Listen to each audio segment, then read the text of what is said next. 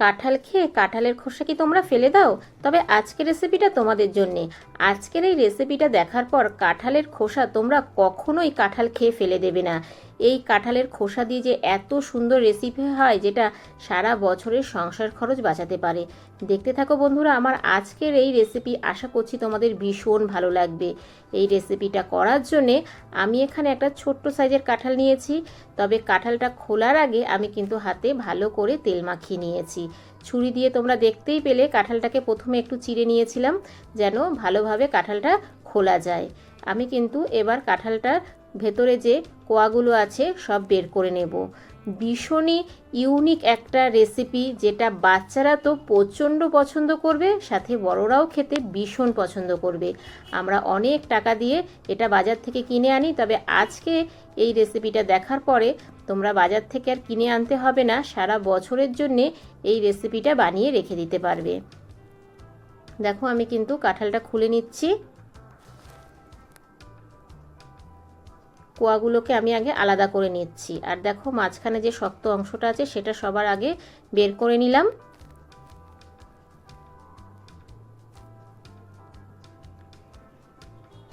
এবার এখান থেকে সব কোয়াগুলো বের করে নেব।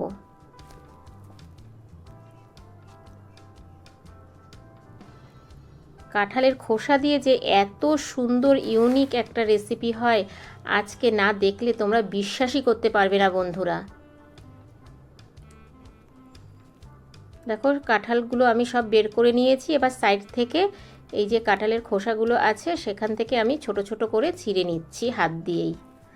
যেহেতু খোসাটা একদমই নরম তাই হাত দিয়ে খুব ভালোভাবেই ছেঁড়া হয়ে যাচ্ছে। এই দেখো এবার আমি প্লেটে তুলে নেব।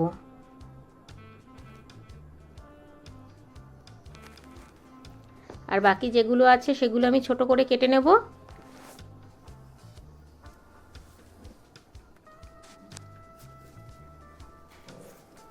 তা বন্ধুরা অনুরোধ রইল পুরো ভিডিওটা দেখার, স্কিপ করলে কিন্তু তোমরা বুঝতে পারবে না। আর একটা লাইক দিয়ে ভিডিওটা দেখা শুরু করবে, অনুরোধ রইল।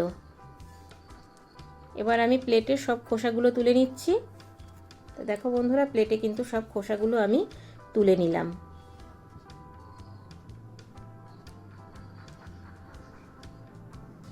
এবার আমি চলে যাব গ্যাসের কাছে।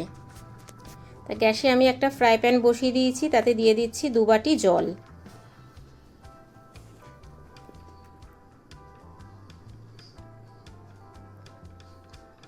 জলটা দেওয়ার পরে আমি যে কাঁঠালের খোসাগুলো রেখেছিলাম এবার সেই খোসাগুলো দিয়ে দিচ্ছি।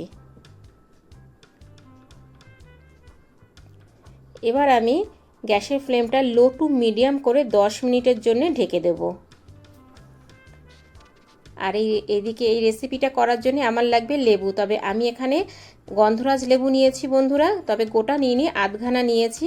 এবার এই গন্ধরাজ লেবুটা ভালো করে রস চিপে নিচ্ছি। তোমরা চাইলে পাতিলেবুতেও করতে পারো, তবে আমি বলবো পাতিলেবু দিয়ে না করে যদি তোমাদের কাছে গন্ধরাজ লেবু থাকে গন্ধরাজ লেবু দিয়ে করবে। এত সুন্দর একটা স্মেল আসে বন্ধুরা, তোমরা না করলে বিশ্বাসই করতে পারবে না। খেতে অসাধারণ হয় গন্ধরাজ লেবু দিয়ে এই রেসিপিটা বানালে পরে। দেখো লেবু থেকে রসটা আমার চেপা হয়ে গেছে। এখানে 2 চামচের মতো লেবুর রস বেরিয়েছে। এবার 10 মিনিট হয়ে গেছে, ফিরে আসলাম বন্ধুরা। দেখো কাঁঠালের খোসাটা কিন্তু খুব ভালোভাবেই সিদ্ধ হয়ে গেছে, আর এই কাঁঠালের খোসা থেকে রসটা কিন্তু বেরিয়ে গেছে।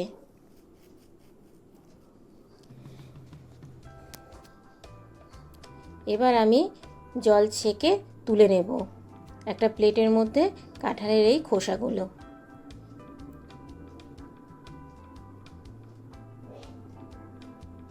তবে আমার কিন্তু এই খোসাগুলো আর লাগবে না। এই খোসা থেকে যেই রসটা বেরিয়েছে এই রসটা দিয়েই আজকে আমি কিন্তু রেসিপি বানাবো বন্ধুরা। সবগুলো আমার তোলা হয়ে গেছে। এই দেখো এবার এই যে কাঁঠালের খোসাটা সিদ্ধ করার পরে রসটা বেরিয়েছে, এটা দিয়েই কিন্তু আজকে রেসিপিটা তোমাদের বানিয়ে দেখাবো। এবার আমি দেখো একটা কড়াই বসিয়ে দিয়েছি। এবার একটা ছাঁকনি দিয়ে আমি এই কাঁঠালের এই রসটা ছেঁকে নিচ্ছি, কারণ অনেক রকম নোংরা থাকতে পারে। ছাঁকনিতে ছাঁকলে একদম পুরো ফ্রেশ রসটা আমি পেয়ে যাব। এবার এটাকে আমি একটু ভালো করে গরম করব।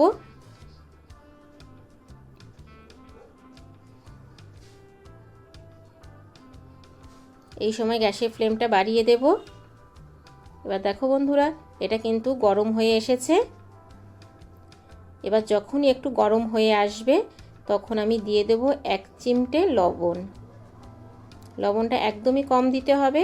আর দিয়ে দিচ্ছি আমি ছোট বাটির 1 বাটি চিনি। এবার আমি গ্যাসের ফ্লেমটা বাড়িয়ে দিয়ে খুব ভালো করে এটাকে জাল করে নেব। অনবরত এটাকে জাল করে নিতে হবে।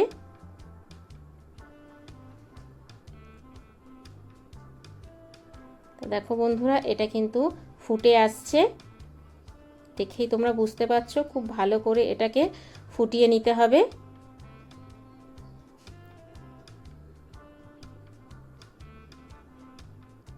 গ্যাসের ফ্লেমটা জোরে করে এটাকে খুব ভালো করে জাল করে নেব আমি। কালারটা দেখো চেঞ্জ হয়েছে।